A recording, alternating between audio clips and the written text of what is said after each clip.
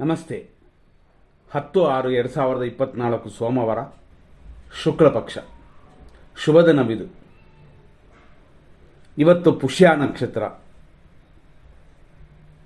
ಈ ಪುಷ್ಯ ನಕ್ಷತ್ರ ಬೆಳಿಗ್ಗೆ 5:53ರಿಂದ ರಾತ್ರಿ 9:40ವರೆಗೂ. ಅಲ್ಲಿಯವರೆಗೂ ಕಾರ್ಯಸಿದ್ಧಿಯು ಸೌಭಾಗ್ಯ ಯೋಗವೂ ಇದೆ. ಆನಂತರ ಅಂದರೆ ರಾತ್ರಿ 9:41 ಮೇಲೆ ಆಶ್ಲೇಷ ನಕ್ಷತ್ರ ಬರುತ್ತದೆ. ಅದೂ ದೋಷವಿಲ್ಲ. ಸಂಪತ್ತು ಮತ್ತು ಶರೀರ ಸುಖವನ್ನು ಕೊಡುತ್ತದೆ. ಈ ರೀತಿಯಾಗಿ ಇವತ್ತಿನ ದಿನ ಶುಭವಾಗಿದೆ. ಇವತ್ತು ಚತುರ್ಥಿ ತಿಥಿ ಮಾತ್ರ ಸ್ವಲ್ಪ ದೋಷವಿದೆ. ಆದರೂ ಶುಭ ನಕ್ಷತ್ರವಾಗಿರೋದರಿಂದ ದೋಷವಿಲ್ಲ. ಇವತ್ತಿನ ವಿಶೇಷವಾಗಿ ಬೇರೆ ಬೇರೆ ವಿಷಯಕ್ಕೆ ಹೋಗೋಣ. ಈ ತಿಥಿಯಲ್ಲಿ ಗಣಪತಿ ಪೂಜೆ, ಘನ ಹೋಮಗಳು ಇಂಥದ್ದೆಲ್ಲ ಧಾರಾಳವಾಗಿ ಮಾಡಬಹುದು. ಇವತ್ತಿನ ಸೂರ್ಯೋದಯ 5:53, ಸೂರ್ಯ ಅಸ್ತಮನ ಸಂಜೆ 6:46ಗೆ. ಇವತ್ತಿನ ನಕ್ಷತ್ರ ಪಾದಗಳನ್ನ ನೋಡೋಣ. ಅದು ಅಲ್ಲದೆ ರಾಶಿಗಳು ಸೇರಿ ನೋಡೋಣ. ಪುಷ್ಯ ನಕ್ಷತ್ರ ಪಾದಗಳಲ್ಲಿ 5:53ರಿಂದ 8:55ವರೆಗೂ 2ನೇ ಪಾದ, ಆಮೇಲೆ ಮಧ್ಯಾಹ್ನ 3:16ವರೆಗೂ 3ನೇ ಪಾದ, ಆನಂತರ ರಾತ್ರಿ 9:40 ಪುಷ್ಯ ನಕ್ಷತ್ರ 4ನೇ ಪಾದ. ಇಷ್ಟಕ್ಕೆ ಪುಷ್ಯ ನಕ್ಷತ್ರವೇ ಮುಗೀತದೆ. ಅಷ್ಟಕ್ಕೆ ಇದು ಮುಗಿದ ನಂತರ ಆಶ್ಲೇಷ ನಕ್ಷತ್ರ ಅಲ್ಲಿಂದ ಸ್ಟಾರ್ಟ್ ಆಗುತ್ತೆ. ರಾತ್ರಿ 9:40 ಮೇಲೆ ಬೆಳಗಿನ ಜಾವ 4:06 ಆಶ್ಲೇಷ ನಕ್ಷತ್ರದ 1ನೇ ಪಾದ. ಆನಂತರ ಅಂದರೆ ರಾತ್ರಿ 4:06 ಮೇಲೆ ಆಶ್ಲೇಷ ನಕ್ಷತ್ರದ 2ನೇ ಪಾದ ಪ್ರಾರಂಭವಾಗುತ್ತದೆ. ಹೀಗಾಗಿ ಇವತ್ತಿನ ದಿನ ಪೂರ್ತಿ ಕರ್ಕಾಟಕ ರಾಶಿ ಇದೆ.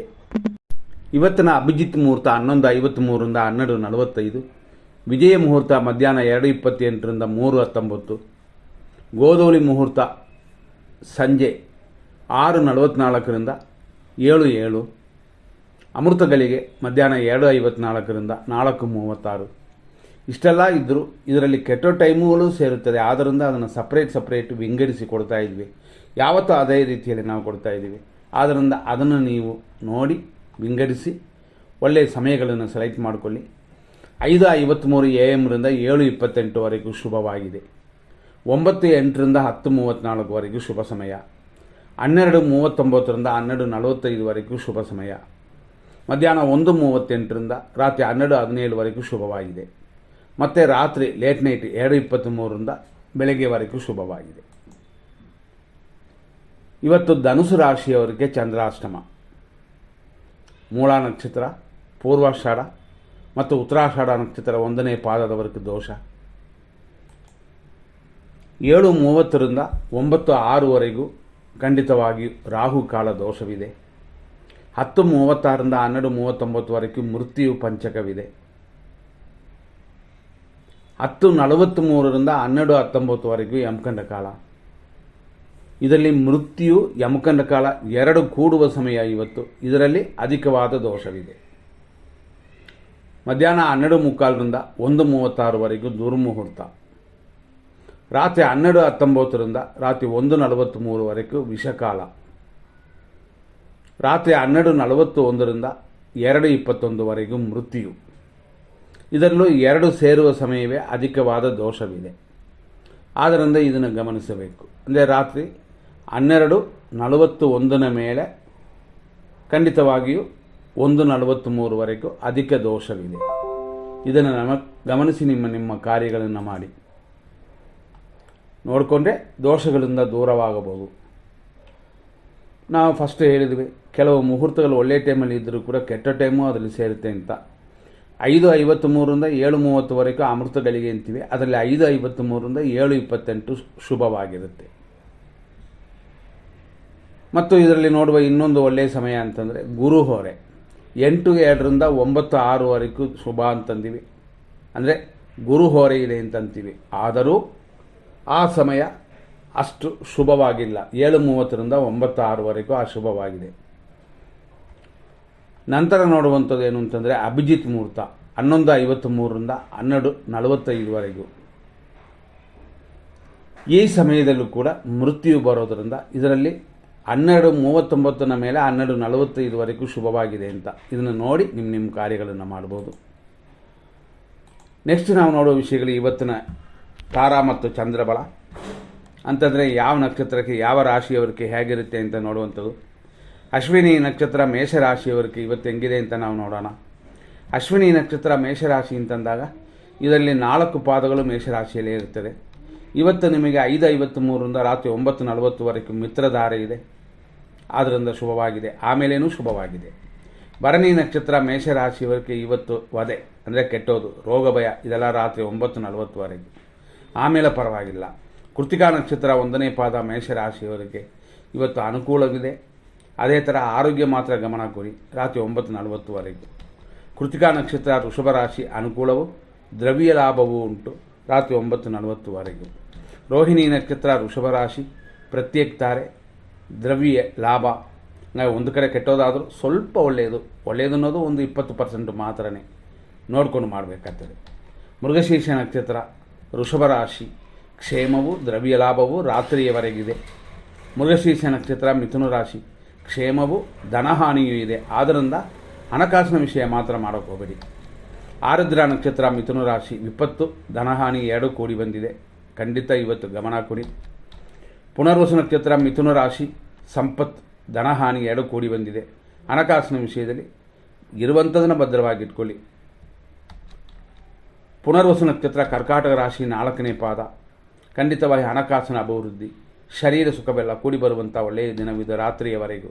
ಪುಷ್ಯ ನಕ್ಷತ್ರ ಕರ್ಕಾಟಕ ರಾಶಿ ಜನ್ಮತಾರೆಯೂ ಶರೀರ ಸುಖ ಉಂಟು, ಪರವಾಗಿಲ್ಲ, 50% ಚೆನ್ನಾಗಿರುತ್ತದೆ, ಅಷ್ಟೊಂದು ಮೋಸವಿಲ್ಲ. ಆಶ್ಲೇಷ ನಕ್ಷತ್ರ ಕರ್ಕಾಟಕ ರಾಶಿ ಪರಮಮಿತ್ರಧಾರೆಯಾಗಿ ಶರೀರ ಸುಖವಿದೆ ರಾತ್ರಿಯವರೆಗೂ. ಮಕಾ ನಕ್ಷತ್ರ ಸಿಂಹರಾಶಿ ಮಿತ್ರಧಾರೆಯು ವ್ಯಯವೂ ಉಂಟು, ಮಿತ್ರರಿಂದ ಖರ್ಚು ಉಂಟು, ಆದರೂ ಮಿತ್ರರು ಬೇಕು ಅಂದರೆ ಖರ್ಚು ಮಾಡಬೇಕಾಗ್ತದೆ.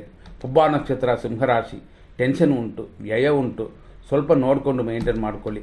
ಉತ್ತರ ನಕ್ಷತ್ರ ಸಿಂಹರಾಶಿ 1ನೇ ಪಾದ ಅನುಕೂಲ, ವ್ಯಯ ಎಲ್ಲ ಕೂಡಿ ಬರುತ್ತದೆ.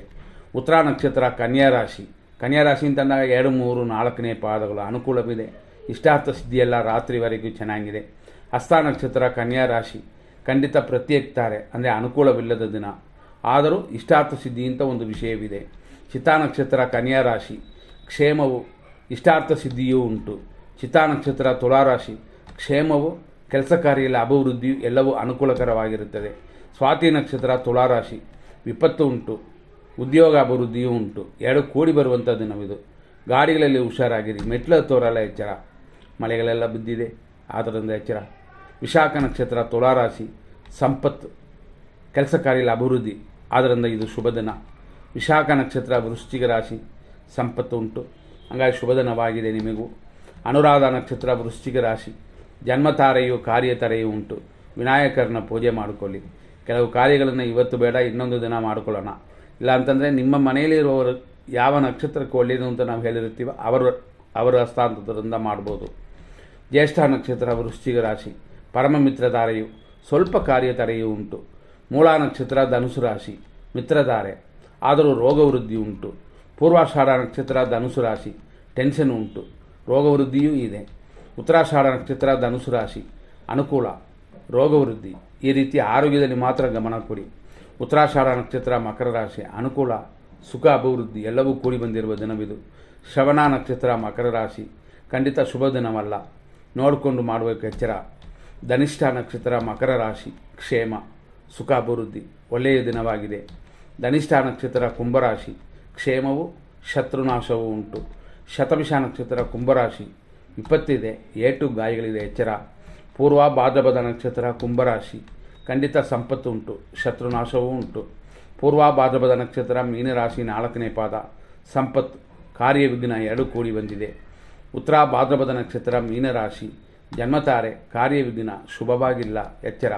ರೇವತಿ ನಕ್ಷತ್ರ ಮೀನರಾಶಿ ಖಂಡಿತವಾಗಿ ಪರಮ ಮಿತ್ರಧಾರೆಯಾಗಿದೆ, ಅನುಕೂಲಕರವಾಗಿದೆ.